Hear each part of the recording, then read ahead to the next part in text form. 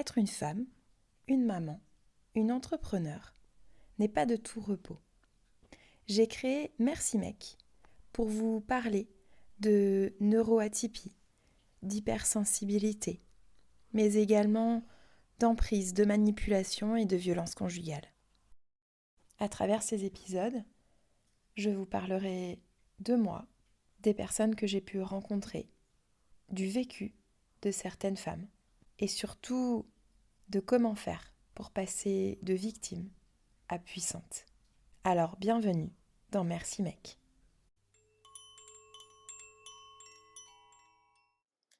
Hello! Et aujourd'hui je vous propose un nouvel épisode sur le thème de l'énergie. De l'énergie que l'on prend, de l'énergie que l'on perd. Pourquoi? Parce que notamment là, dans le cadre d'une femme entrepreneur, dans le cas d'une femme victime de violences conjugales, pour la reconstruction, c'est compliqué.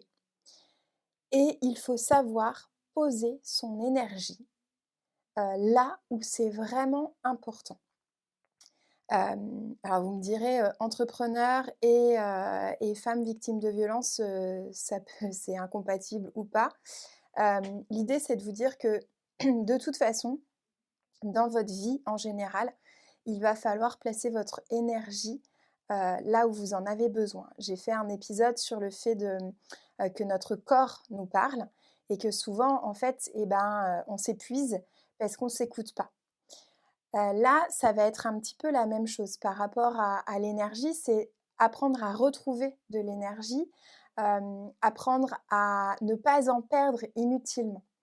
Ça peut être tout simplement, dans des remarques qu'on nous fait. Vous allez me dire: «C'est hyper facile et mignonne».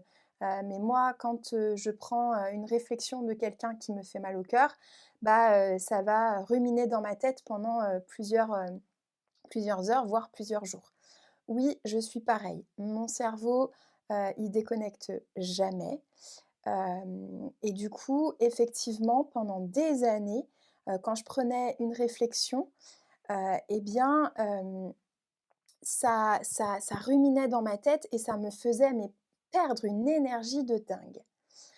Et puis en réfléchissant à ça, en discutant, en travaillant sur moi aussi avec, des professionnels du développement personnel, en lisant des livres, en voyant une psychologue, elle m'a fait comprendre aussi que, heu, ça n'appartenait qu'à moi. C'est-à-dire que je me souviens très bien d'une fois où, j'avais pendant une année, une cliente en pilates qui était, chiante, faut le dire clairement.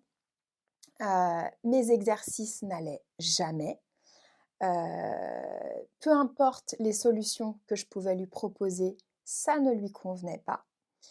Heu, Tout ce que je mettais en place ne convenait pas et j'arrivais à un stade où la veille du cours de pilates où cette femme, avait cours, je me rendais quasiment malade de faire ce cours et là, je me suis dit: «Non mais là, il y a un problème. Comment je fais?»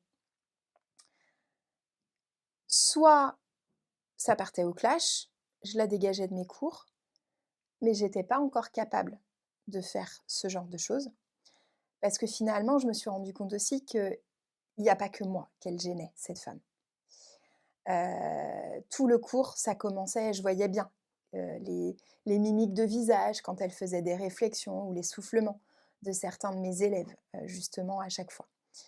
Et du coup, je me suis dit: «Bah, en fait, comment tu fais?» Donc la solution de la dégager, c'était pas possible parce que, à l'époque, j'étais pas prête à faire ce genre de choses et je l'ai fait justement après et ça a été une solution. Ça m'est arrivé une seule fois dans ma vie où, clairement, heu, j'ai eu, une autre femme, qui venait avec son conjoint et son conjoint était adorable, mais alors cette femme, pareil, il y avait jamais rien qui allait. Et puis à un cours, elle est venue, je lui avais proposé de venir sur un autre cours et elle m'a fait tout un sketch et devant les femmes déjà elle est arrivée en retard et devant les femmes, puisque le cours que j'avais, il y avait que des femmes, Elle arrive et elle dit: «Non mais moi il est hors de question que je vienne faire ce cours-là, normalement nous sommes 5 dans notre cours, là il y a plus que 5 personnes, je paye pour avoir un cours avec 5 personnes, il est hors de question que je vienne dans ce cours». Donc d'une, c'était irrespectueux pour les élèves que j'avais en cours et de 2, je lui proposais encore une solution, parce que c'était de sa faute si elle avait pas pu faire le cours précédent. Je lui apportais une solution et elle était encore pas d'accord. Et ben, il m'a fallu, pas loin de 6 ou 7 ans plus tard, du coup, après cette première femme qui m'avait posé des soucis, de dire à cette dame: «Bon, eh bien, c'est pas compliqué. Là, vous venez de manquer de respect à mes élèves, de me manquer de respect. C'est plus la peine de venir dans mes cours. On arrête là, ça suffit. Je ne veux plus avoir à subir ça. Je ne veux plus qu'on ne me respecte plus. Vous n'avez pas les mêmes valeurs que moi, OK, on s'arrête là. Il y a des dizaines de cours de pilates ailleurs. Il y en a à 500 mètres de mon activité, de mon centre. Donc allez ailleurs et vous inquiétez pas, les cours qui restent, je vous les rembourse. Donc vous m'envoyez votre RIB, je vous fais un remboursement». Et bah, cette époque-là m'a fait cette phase-là m'a fait un bien fou de pouvoir exprimer parce que moi j'étais quelqu'un qui gardait tout ça en moi. Ce qui fait qu'on revient à l'épisode précédent eh bah, oui, notre corps nous parle et on l'écoute pas et je revenais justement, d'une opération, et j'avais été en arrêt maladie, suite à une petite opération, quelques semaines, heu, avant justement cette altercation avec cette cliente. Donc j'avais posé un cadre aussi et ça, c'était hyper important et d'où le lien avec, l'énergie qu'on perd ou qu'on gagne parce que quand on pose pas de cadre, ben, souvent on perd beaucoup d'énergie. Donc pour en revenir, à cette femme précédente, j'espère que vous me suivez encore, et bien, ça avait été compliqué pour moi. Et du coup, bah, pendant des semaines, je ruminais et il s'avère que, j'ai continué dans cette entreprise, pendant 3 4 ans où je venais, toutes les semaines et je m'étais dit: «Bon, bah, de toute façon, je lui conviens absolument pas. Donc l'année prochaine, elle se réinscrira pas, allez, il me reste 3 cours à faire avant la fin de l'année, je laisse tomber. À la limite, je la corrige même plus, je la regarde même plus, elle fait le cours et je m'occupe pas d'elle et ça ira très bien». Et puis, bah, le problème, c'est que finalement, cette femme, elle s'est réinscrite parce que mes cours lui convenaient. C'est juste que dans son caractère, dans sa façon d'être, peut-être dans ses traumas à elle, bah, elle était comme ça. Et je pense qu'elle y pouvait rien, clairement. C'était sa façon d'être. Elle avait sans doute un profond mal-être pour réagir comme ça, au fil des jours, mais c'était comme ça et moi, je pouvais rien y faire.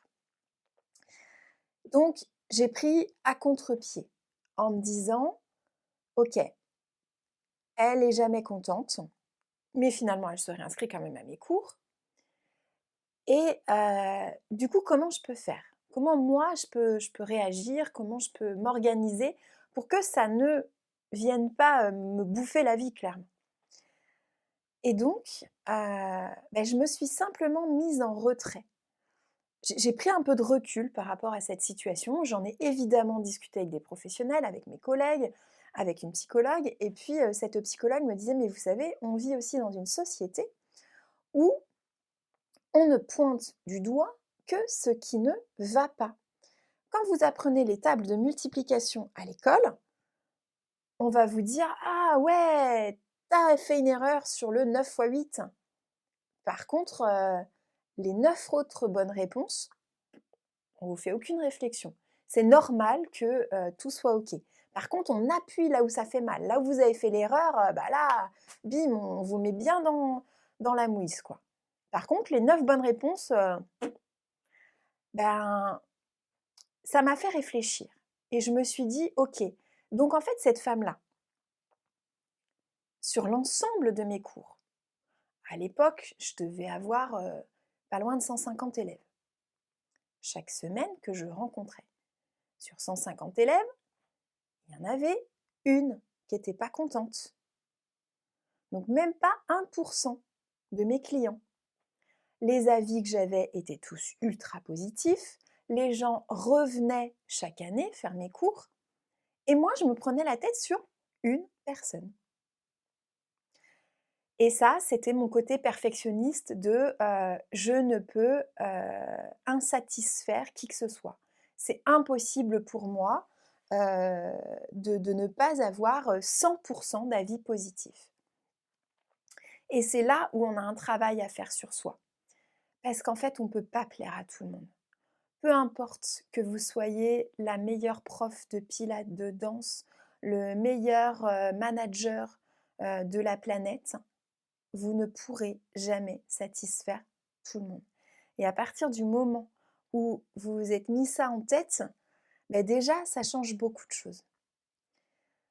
Donc, je me suis mis ça dans la tête. Et puis, ben, finalement, je pense que aussi, dans moi, ma posture, lorsque j'ai repris en septembre ces cours de pilates, ben, bizarrement, cette femme ne se comportait plus du tout de la même façon.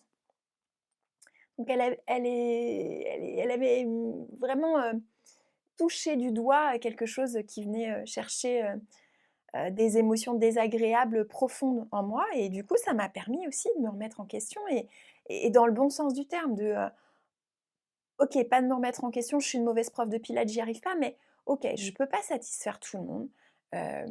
C'est comme en amitié, on n'a pas 90 000 amis, c'est pas Facebook, la vie, c'est pas les réseaux sociaux, quoi.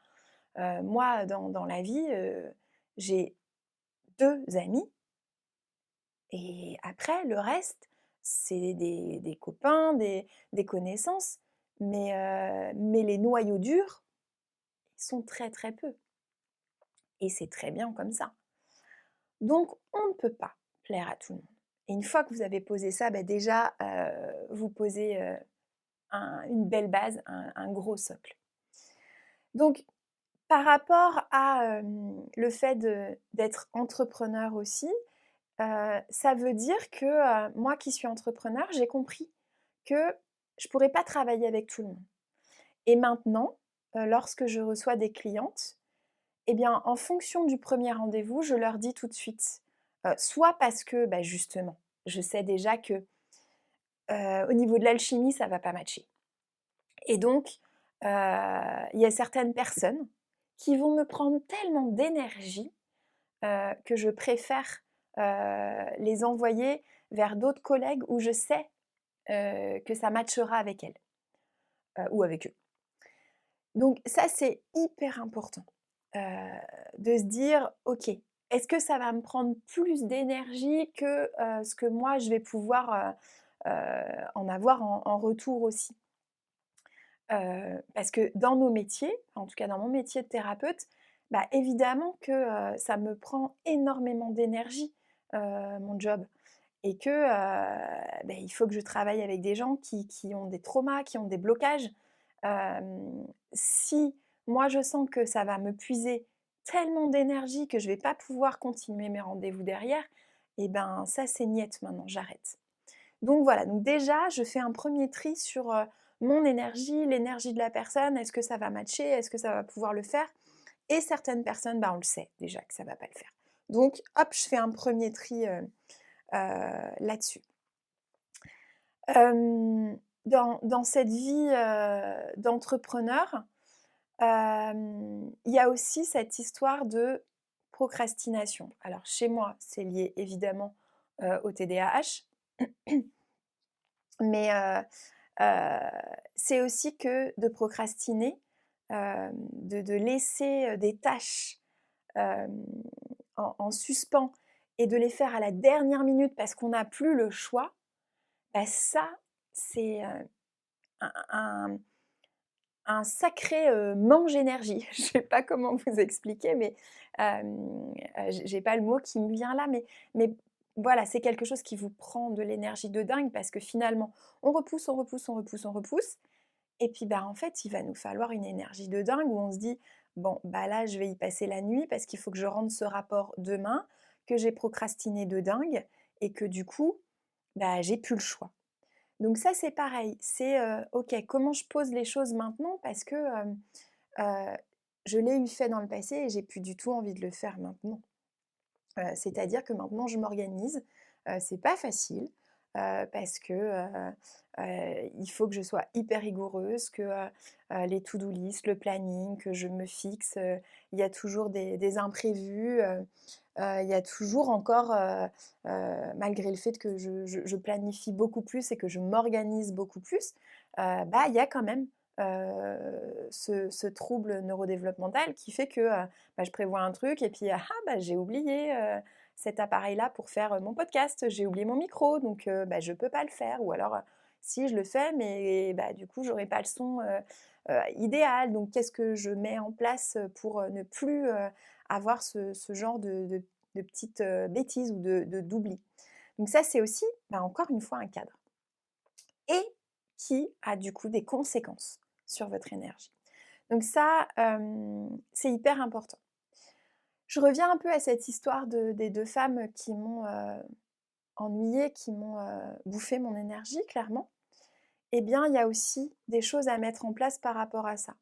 Que ce soit dans votre vie de femme, dans votre vie d'entrepreneur ou de salarié, dans votre vie de, victime de violence. C'est-à-dire que vous allez avoir des réflexions qui vont vous faire du mal, qui vont vous piquer au vif. Et en fait, maintenant, c'est de se dire: «OK, quelle énergie j'y mets? Quelle énergie je mets à ça? Est-ce que vraiment j'y accorde de l'énergie?» Et moi, je sais que quand j'avais, des mails, des réflexions, de la personne avec qui j'avais vécu, et dont j'étais victime et ou avec qui, qui était, moi, j'étais sous son emprise. En fait, je me suis posée à un moment donné. Ça a pris du temps. Ça se fait pas comme ça du jour au lendemain et c'est un travail de fond avec, la psychologue qui me rabâchait de: «Tant qu'il pourra appuyer là où ça fait mal, vous serez encore sous emprise» et je la revoyais la semaine suivante ou la séance suivante et je lui expliquais et je disais: «Mais là, j'ai eu super mal au ventre toute la semaine et tant qu'il appuiera là où ça fait mal, vous continuerez d'être sous son emprise et donc de bouffer votre énergie». Et puis, petit à petit, j'ai compris et je me suis dit: «OK, c'est valable pour cet homme, mais c'est valable pour beaucoup de choses».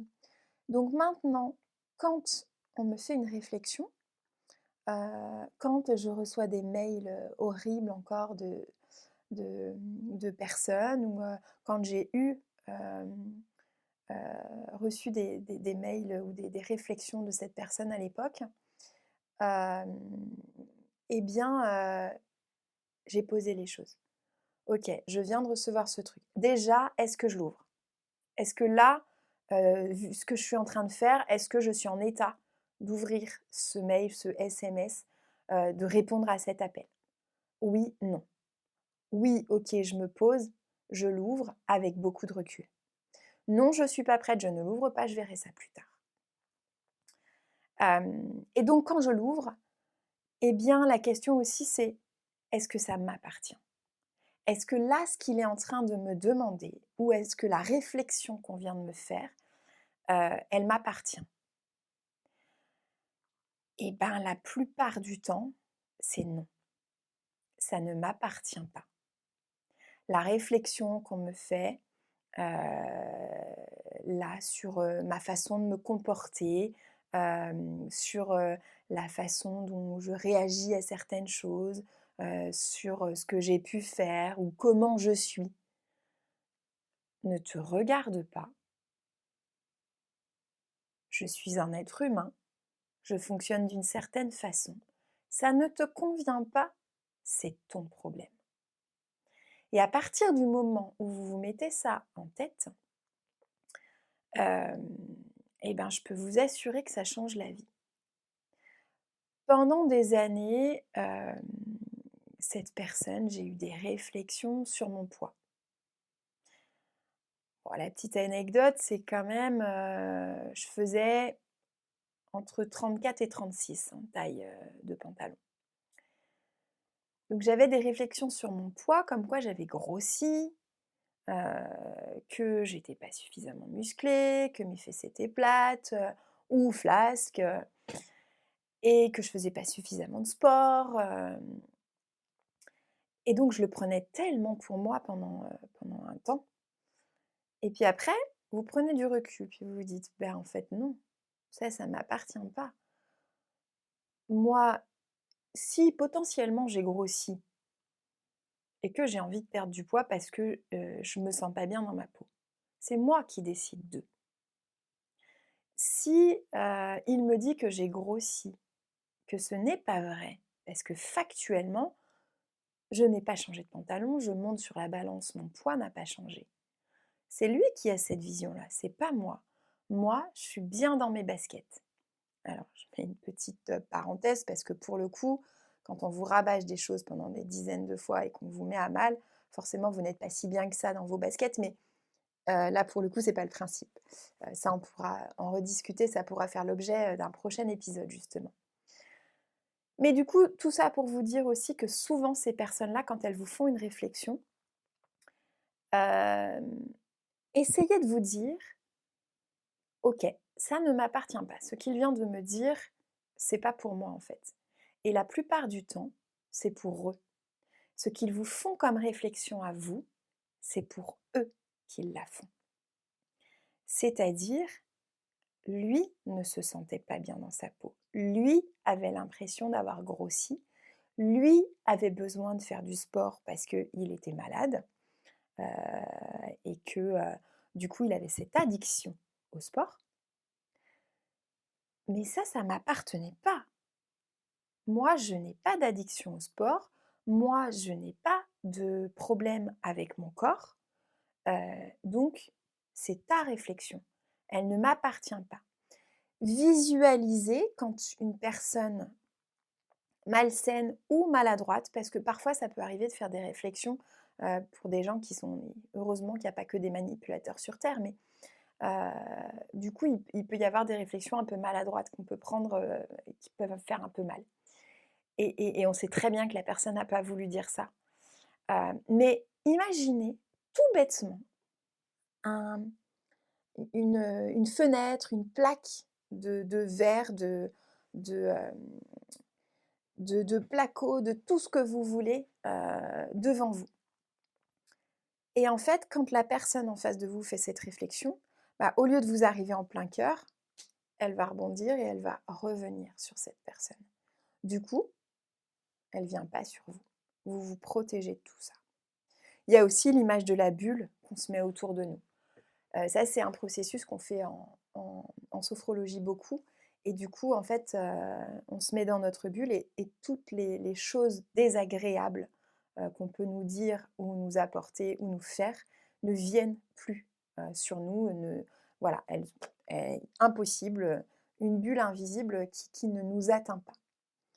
Hem, Peut-être que certaines d'entre vous vont se dire, «Ouais, elle est mignonne, mais en fait, ce genre de truc, ça marche pas». N'oubliez pas que votre cerveau ne fait pas la différence entre ce qu'il y a de réel et ce qu'il y a d'irréel.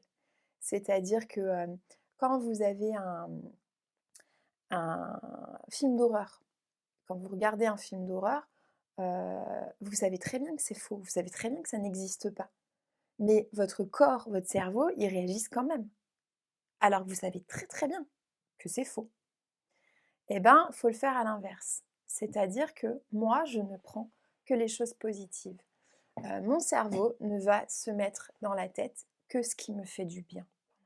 Évidemment que le mal existe, qu'il y a des personnes méchantes, mais on va faire en sorte que ça ne nous atteigne plus.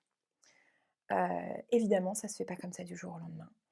Mais il y a des façons de le travailler, il y a des coachs, il y a des thérapeutes, il y a des psychologues, il y a plein de façons d'avancer sur ça avec le temps, ça je peux vous l'assurer. Et évidemment que vous allez avoir, encore une émotion. N'oubliez pas non plus qu'une émotion, ça dure 90 secondes au maximum. Si ça dure plus de 90 secondes, c'est plus de l'émotion, c'est du stress ou de l'anxiété. Donc évidemment que nous sommes des êtres humains, qu'on va avoir, une émotion, mais le but, c'est que cette émotion, au bout des 90 secondes, c'est bon, il m'a piqué un peu au vif, OK, bon alors je réfléchis, est-ce que j'y mets de l'énergie ou pas? J'y mets pas d'énergie, basta. Ensuite, hem par rapport à l'énergie, je reviens à cette histoire de planning. C'est aussi, ben, où est-ce que j'accorde de l'énergie? Dans le sens où, bah, encore par rapport à une réflexion qu'on pouvait me faire, «Ta voiture, elle est dégueulasse, il faut que tu la laves».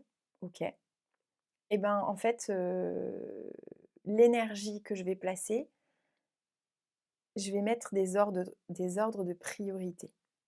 C'est-à-dire que dans mes ordres de priorité, la voiture, c'est pas du tout ma priorité. Ma voiture, elle roule, heu, les gens peuvent s'asseoir dedans, ils vont pas, finir, tachés. Enfin, la voiture, elle est dégoûtante parce que, oui, on a été à la plage et qu'il y a un peu de sable, sur les sièges, ou au sol, parce qu'il a plu, parce qu'un oiseau a fait caca sur ma voiture. Et alors? En fait, est-ce que vraiment c'est ma priorité? Est-ce que j'ai de l'énergie à accorder à ça? Peut-être pas. Donc voilà, donc c'est aussi par ordre de priorité dans votre vie professionnelle, dans votre vie personnelle, faites des listes de ce qu'il y a d'urgent, important et puis à traiter, quand vous aurez le temps. Donc la réflexion de, «Ta voiture est dégueulasse, tu pas trop honte?» Non, j'ai pas honte. Et puis vraiment, si tu me connais, si tu es un pote ou un ami, et ben, tu verras que ma vie, c'est ma deuxième maison et que clairement, heu, ouais, elle est sale et il est où le problème, en fait? Tu as envie de discuter avec ma voiture ou avec moi? Donc voilà, c'est aussi, hem, ce genre de choses. Ensuite, je termine par ça, mais ça devrait évidemment être la priorité par rapport à votre énergie. Dormir, manger correctement, faire une activité physique, prendre du temps pour vous, ben, je n'y reviendrai jamais assez, mais ça doit être votre base, votre socle. Et quand, par exemple, vous avez des difficultés d'endormissement ou que vous vous réveillez ou, comme, pour en revenir sur les violences, ben, vous faites des cauchemars, heu et bien, effectivement, il y a un des socles qui va plus très bien. Donc, soit on trouve les moyens, par, le médecin traitant, encore une fois, par d'autres thérapeutes, par, des lectures, voilà. Comment je fais pour remettre ma base?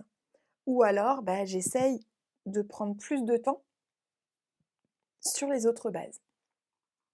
Ça, c'est à vous de doser, à vous de trouver, heu, ce qui vous convient aussi. Parce qu'effectivement, les cauchemars vont pas, disparaître comme ça du jour au lendemain, ou les difficultés d'endormissement, ou les réveils nocturnes vont pas disparaître comme ça du jour au lendemain. Mais c'est qu'est-ce que je mets en place? Parce que ça bouffe énormément d'énergie. Hem, c'est aussi, dans le sens, placer votre énergie, hem,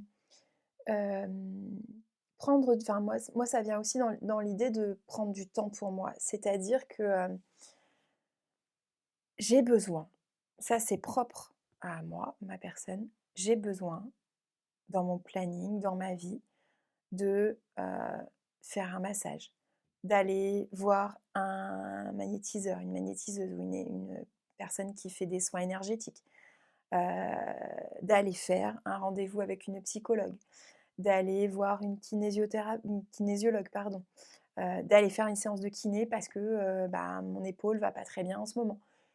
Voilà, c'est tout ça. Et du coup, placer mon temps et mon énergie pour m'accorder du temps et pour retrouver de l'énergie, puisqu'en m'accordant du temps avec ces personnes, je vais retrouver de l'énergie. S'accorder du temps avec des personnes, c'est pas forcément possible parce que financièrement parlant, ça coûte de l'argent. Moi, pendant, un bon bout de temps où je me suis retrouvée, financièrement dans la mouise, heu, parce que, bah, victime de violence, en arrêt maladie, à son compte, bah, on se retrouve à piocher, piocher, piocher dans la trésorerie et que finalement, à un moment donné, il y a plus grand-chose. Mais mes priorités à moi, c'était: «J'ai besoin de ces thérapeutes-là». Donc je vais, trouver un moyen de pouvoir payer ces thérapeutes pour y aller, 1 fois par mois. Et du coup, ben, voilà, je mettais la priorité là-dessus. J'achetais, moins de choses, je me faisais moins plaisir sur autre chose. Heu, mais pour le coup, ça, c'était essentiel pour moi. Peut-être que ce sera pas essentiel pour quelqu'un d'autre, ça vraiment c'est à vous de voir, mais pour moi, c'était une priorité. Donc vraiment, heu, j'avais besoin de ça et donc je plaçais mon énergie et mon argent là-dedans. Ça ne veut pas dire qu'on ne peut pas retrouver d'énergie, si on ne fait pas ça. Retrouver de l'énergie, quand je parle de prendre du temps pour soi, c'est aussi, prendre un bouquin, se regarder un film tranquille, aller se balader, sur la côte ou en forêt. Juste prendre du temps pour soi pour, ben, se mettre dans sa bulle. Passer un temps avec des amis, en famille, c'est aussi ça, s'entourer de personnes, saines et bienveillantes. Ça, c'est aussi, heu, récupérer de l'énergie positive et pas, justement, perdre de l'énergie avec, des personnes qui nous vampirisent. Donc voilà un petit peu, ce que j'avais, à vous dire aujourd'hui sur le fait de placer son énergie, là où c'est important pour vous. Donc prenez un petit moment pour réfléchir à ce dont vous avez besoin, comment vous voulez placer votre énergie et qu'est-ce qui va faire que ça va pouvoir vous faire avancer par la suite. Allez, je vous souhaite une, très belle journée ou une très belle soirée et je vous dis à très vite pour un nouvel épisode. À bientôt.